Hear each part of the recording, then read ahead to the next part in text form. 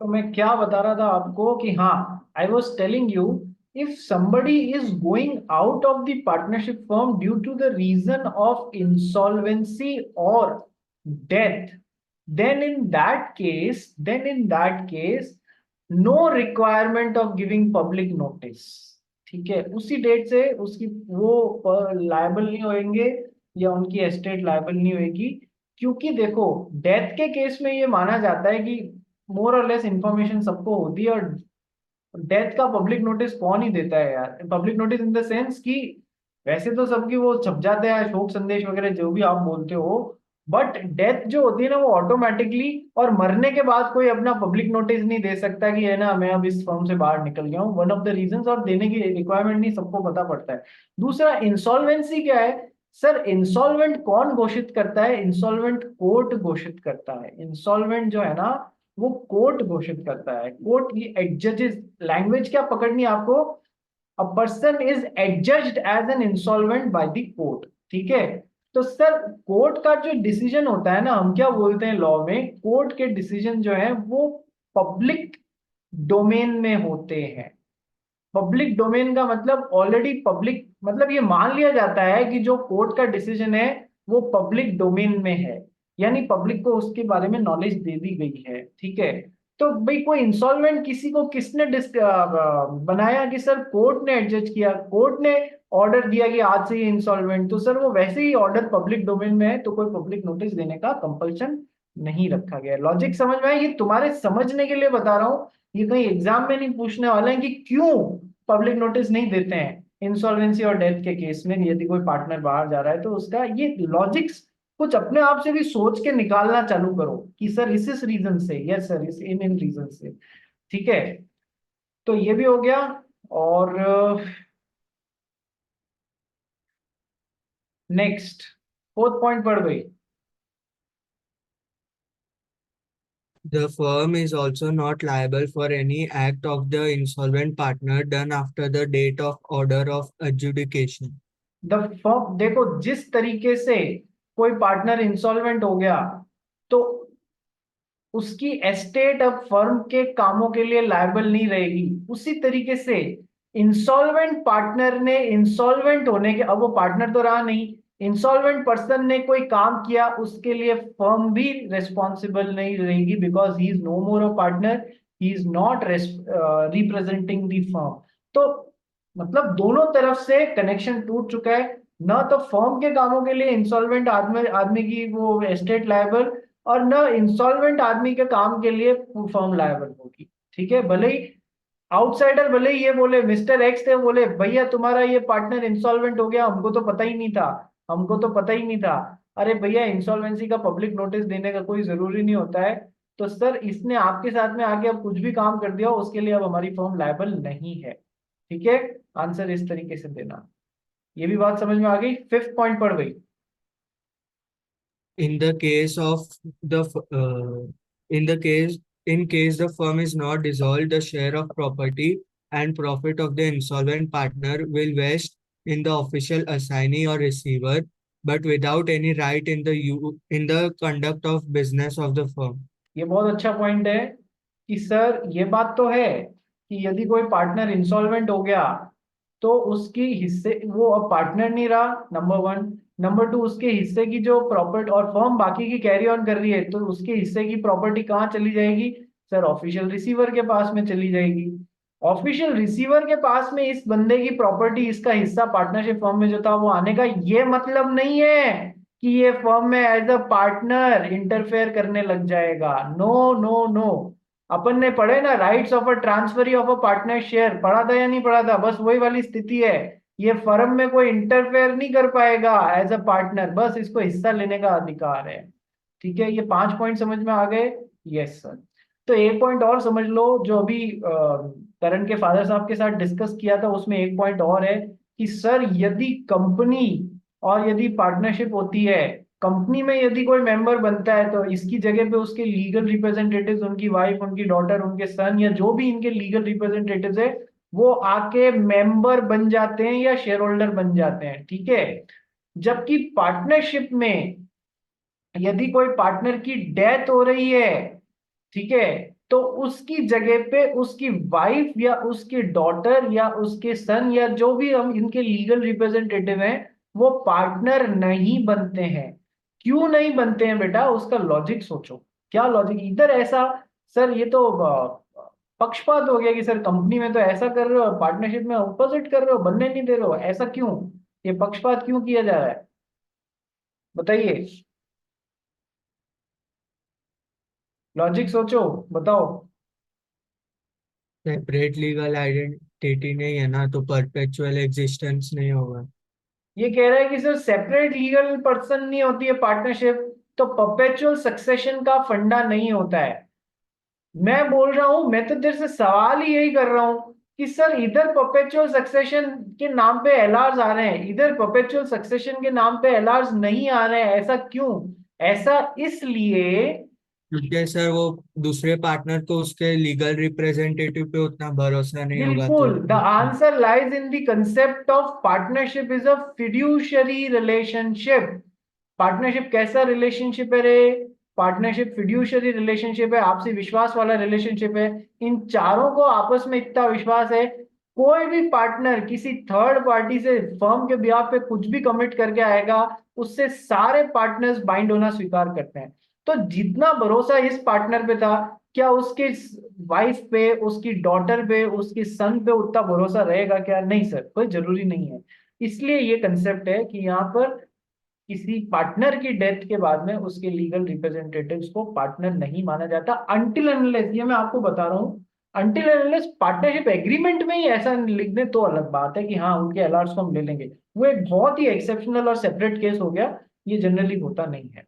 ठीक है, generally by default क्या होता है, भैया खत्म, तो इनके अलर्ट्स को इनके हिस्सा पाने का अधिकार होगा। देखो समझो, कल एक बात पढ़ी थी अपन ने कि यदि एक पार्टनर बाहर जा रहा है, या तो इसको इसकी हिस्से की प्रॉपर्टी दे दो और वो दे दो, ठीक है। नहीं देते हो तो इसके पास में दो राइट्स हैं, दोनों में से कुछ भी एक्सरसाइज कर सकता है कि सर या तो वो प्रॉफिट्स में हिस्सेदारी मांग सकता है, या फिर वो interest at the rate 6% per annum के हिसाब से अपने हिस्से पे इंटरेस्ट डिमांड कर सकता है, क्योंकि आपने अभी तक उसको दिया नहीं है। ठीक है सर, सेम चीज एलआर्स को मिलेगी। यदि ये आदमी मर गया, इसके हिस्से की प्रॉपर्टी किसको मिलनी चाहिए थी? सर एलआर्स को मिलनी चाहिए थी। यदि एलआर्स को नहीं दी गई, तो वो भी इसके हिस्से का या तो प्रॉफिट्स या interest at the rate 6% per annum, जो भी उनको चाहिए वो डिमांड कर सकते हैं, जब तक कि आप इसके हिस्से की प्रॉपर्टी उनको हैंड ओवर नहीं, मतलब जो इसका पार्टनरशिप में हिस्सा है वो उनको हैंड ओवर नहीं कर देते। क्या ये बात समझ में आई? यस सर, इजी है ना। चलिए, तो सर अपन ने इंसॉल्वेंसी वाली बात पूरी कर ली, अब अपन डेथ वाली भी देख लेते हैं, थोड़ी बहुत बातें पढ़ भाई, death of a partner. Where under the contract a firm is not dissolved by the death of a partner, the estate of the deceased partner is not liable for act of the firm after his death. जो बात मैंने insolvency में बताई वही बात death में भी, almost काफी बातें सिमिलर है रे, कि सर जिस तरीके से किसी पार्टनर के इंसॉल्वेंट हो जाने के बाद में ये इंसॉल्वेंट हो गया, इसकी एस्टेट लायबल नहीं रहती है फर्म के द्वारा भविष्य में किए गए कामों के लिए, उसी तरीके से कोई पार्टनर की डेथ हो जाती है तो फिर सर इसका जो हिस्सा है वो फर्म के द्वारा डेथ के बाद में किए गए कामों के लिए रिस्पॉन्सिबल नहीं रहेगा। इस पे क्वेश्चंस आते हैं, ध्यान रखना, इस पे क्वेश्चंस आते हैं। ठीक है, चलिए आगे। Ordinarily, the effect of the death of a partner is the dissolution of the partnership, generally क्या but the होता है, rule जनरली क्या होता है बताया था ना, या तो पार्टनर इंसॉल्वेंट हो रहा है या डेथ हो रही है, तो ऑर्डिनरी क्या होगा, करो भाई पार्टनरशिप खत्म करो, ठीक है।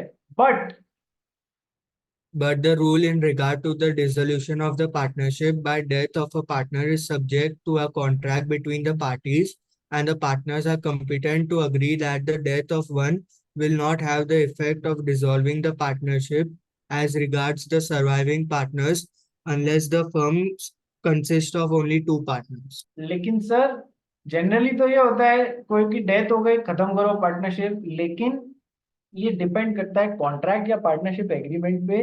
वो यदि अदरवाइज एग्री कर गए हैं कि नहीं रिमेनिंग पार्टनर्स चलाएंगे, तो रिमेनिंग पार्टनर्स चला भी सकते हैं। लेकिन इसमें भी एक बात और क्या बोल दी कि सर आपने कितना ही लिख लिया और रिमेनिंग पार्टनर्स चलाएंगे, सिचुएशन ये थी कि दो ही थे और एक की डेथ हो गई, तो अब दूसरा अब ये अकेला थोड़ी चला सकता है यार, बात समझ रहे हो? ठीक है, तो एक्सेप्शनल सर्कमस्टांसेस भी हैं, if the firm consist of only two partners, तो भी लिख देने से कोई फर्क नहीं पड़ेगा कि रिमेनिंग चलाएंगे। ठीक है, नेक्स्ट पॉइंट पढ़ भाई।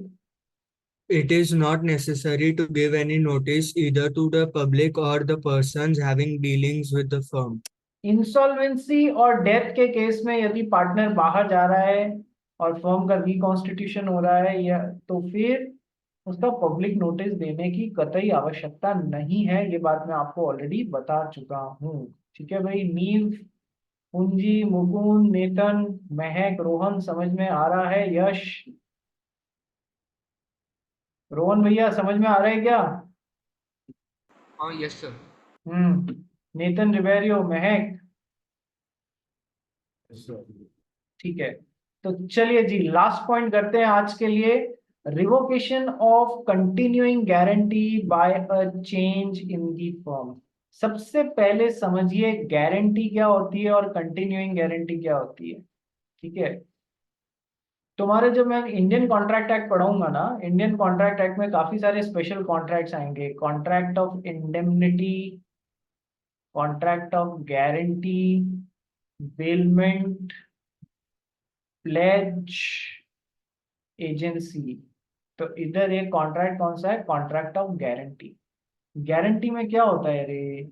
बहुत सिंपल है, तुम इसको ऐसे समझो, तुम बैंक जाते हो, मान लो करण पारिया बन गया सीए। ठीक है, सीए बनने के बाद में इसको था मेरे को प्रैक्टिस नहीं करनी है, मुझे तो बिजनेस स्टार्ट करना है, I would either manufacture something और ट्रेड इन समथिंग। उसके लिए क्या चाहिए? पैसा चाहिए, कैपिटल चाहिए, कैपिटल के बिना थोड़ी ना काम कर पाएगा। तो सर, करण फारिया ने किसको अप्रोच किया? करण फारिया ने अप्रोच किया बैंक को। लोन देता है क्या मेरे को 1 करोड़ रुपए का? बैंक कहता है भैया मैं दे तो दूंगा, तू है भी चार्टर्ड अकाउंटेंट, अच्छा पढ़ा लिखा समझदार आदमी, नया धंधा चालू कर रहा है, 1 करोड़ रुपए का लोन मांग रहा है, दे तो दूंगा, लेकिन मुझे एक गारंटर की जरूरत है। गारंटर बोले तो कल को तू लोन नहीं चुका पाया तो तेरे ब्याह पे हम उसकी गर्दन पकड़ेंगे कि भैया तू लोन चुका हमको। नेतन समझ में आ रहा है? ध्यान कहाँ पर है? रिबेरियो, मिस्टर रिबेरियो, अटेंशन कहाँ है? नहीं सर। अच्छा। सर खिड़की के बाहर कोई दिख रही थी, उधर अटेंशन है, ऐसा है क्या? नहीं सर कोई नहीं। सर ऐसा ही कुछ लग रहा है, ध्यान इधर दे दो यार। वो नहीं आके बताने वाली है कि सीए में इस क्वेश्चन में ये आंसर लिख देना, ठीक है? आ जाओ, चलो। तो सर गारंटर कौन, या गारंटर को श्योरिटी भी बोला जाता है। सर यदि करंट वारिया फेल हो जाता है पैसे लौटाने में, तो गारंटर को पकड़ा जाएगा। ठीक है, कि भैया ये फेल हो गए, इनके ब्याह पे आप चुका दो। ये तो हो जाता है कॉन्ट्रैक्ट ऑफ गारंटी। ठीक है सर। अब कंटिन्यूअस गारंटी क्या होता है? कंटिन्यूइंग गारंटी या कंटिन्यूअस गारंटी क्या होता है? It is the continuous sort of guarantee for, या तो series of transaction, for a series of transaction, or for a particular time period, or for a particular amount। समझाता हूं कैसे। मान लो करण फारिया जो है वो बिजनेस स्टार्ट कर रहा है, तो मिस्टर एक्स से उसने उधार पे माल लेना चाहा। मिस्टर एक्स ने कहा भाई मैं तेरे को जानता नहीं, मैं तेरे को उधार पे माल कैसे दे दूं? तो करण का दिमाग चला कि सर मिस्टर राम है, वो मेरे बहुत अच्छे फ्रेंड हैं, और आप भी उनको जानते हो, आपके भी नोन हैं। तो मिस्टर राम ने गारंटी दे दी मिस्टर एक्स को, आप जितना भी माल सप्लाई करोगे अगले 10 ट्रांजैक्शन में, उतने रुपए के लिए मेरी गारंटी। कंटिन्यूइंग गारंटी मतलब समझ में आया? एक पर्टिकुलर ट्रांजैक्शन के लिए नहीं, एक से ज्यादा के लिए ये कंटिन्यू कर रही है। बात समझ में आया? कंटिन्यूइंग गारंटी क्या होता है? अगले 10 ट्रांजैक्शन में जितना भी आपने माल दिया उन सब के लिए मेरी गारंटी। या फिर ये ऐसे भी बोल सकते हैं, अगले 1 साल में आपने जितने भी ट्रांजैक्शन किए उसके लिए मेरी गारंटी, ये नहीं चुकाता है तो मैं चुकाऊंगा। यानी वो टाइम पीरियड बेस्ड भी हो सकती है continuous guarantee, series of transaction based भी हो सकती है, पर्टिकुलर अमाउंट तक के लिए भी हो सकती है। अगले 1 करोड़ रुपए तक के लिए आपने इसको जो भी मतलब माल सप्लाई किया उसके लिए मेरी गारंटी। कभी 10 लाख का माल गया, कभी 4 लाख का गया, कभी 20 लाख का गया, जब तक ये 1 करोड़ नहीं हो जाता तब तक की मेरी गारंटी। तो ऐसे भी, but it is continuous guarantee. बात समझ में आई? मतलब एक से ज्यादा समय समय लंबा चल रहा है उसका। तो सर अपना टॉपिक क्या है? Revocation of continuing guarantee by change in the form. इसको पढ़ कर फिर मैं समझाता हूँ। Section 38 of the Indian Partnership Act provides that a continuing guarantee given to a firm or to third party in respect of the transaction of a firm is, in the absence of an agreement to the contrary, revoked as to future transactions from the date of any change in the constitution of the firm. You should note that above rule is subject to an agreement to the contrary. देखो, जैसे ही firm में कोई change होता है, firm के constitution में कोई change होता है, मान लो कोई एक नए पार्टनर को अंदर घुसा लिया, चेंज इन कॉन्स्टिट्यूशन हो गया ऑफ द फर्म, यस और नो? या फिर इन्होंने आपस में कोई पार्टनरशिप एग्रीमेंट में चेंज कर लिया, अब से मैं 25% का, तू 15% का, पहले इक्वल थे, ऐसे ऐसे कर लिया। तो sir if there is any change in the constitution of the firm without the consent of the guarantor, जिसने कंटिन्यूस गारंटी दी है, बहुत ध्यान से समझना, जिसने कंटिन्यूस गारंटी दी है, change in constitution of the firm हो गया इसकी कंसेंट के बिना, तो इसकी कंटिन्यूस गारंटी जो है ना, वो उस दिन रिवोक हो जाएगी जिस दिन चेंज इन द फर्म हुआ है, एज टू फ्यूचर ट्रांजैक्शंस। ये मेरे वर्ड्स बहुत ध्यान से सुनना, as to future transactions revoke होगी। यानी चेंज आज दिन हो रहा है तो पहले 3 ट्रांजैक्शंस के लिए तो इसकी कंटिन्यूइंग गारंटी चलती रहेगी, यदि यहां से पैसा नहीं आ रहा है तो उसकी गारंटी वैलिड रहेगी।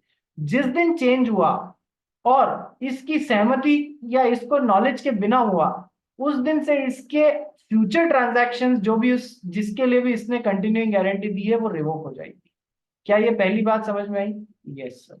दूसरी बात, this is subject to an agreement to the contrary. This is subject to an agreement to the contrary. इसका मतलब क्या हो गया सर? पार्टनरशिप एग्रीमेंट में अदरवाइज लिखा हुआ है कि सर भले ही there is a change in constitution of the firm वगैरह वगैरह, पर गारंटर ने बोला कि मेरी कंटिन्यूइंग गारंटी वैलिड रहेगी, तो वो वैलिड रहेगी। बहुत सिंपल सी बात है। यस और नो? यस और नो? ठीक है, समझ में आ गया? चलिए, ये यहाँ तक की बात थी। तो ऑलमोस्ट अब हम सेकेंड चैप्टर खत्म करने के उस पे वर्ड्स पे पहुंच चुके हैं। पार्टनरशिप प्रॉपर्टी कल समझाऊंगा और इसके साथ में सेकेंड चैप्टर तुम्हारा फिनिश हो रहा है। मैं तुमको इसके क्वेश्चन बैंक की सॉफ्ट कॉपी अभी दे देता हूँ, कल कम से कम उसके 3-4 पेज सॉल्व करके आना सभी जने। बात समझ में आ गई? बात समझ में आ गई?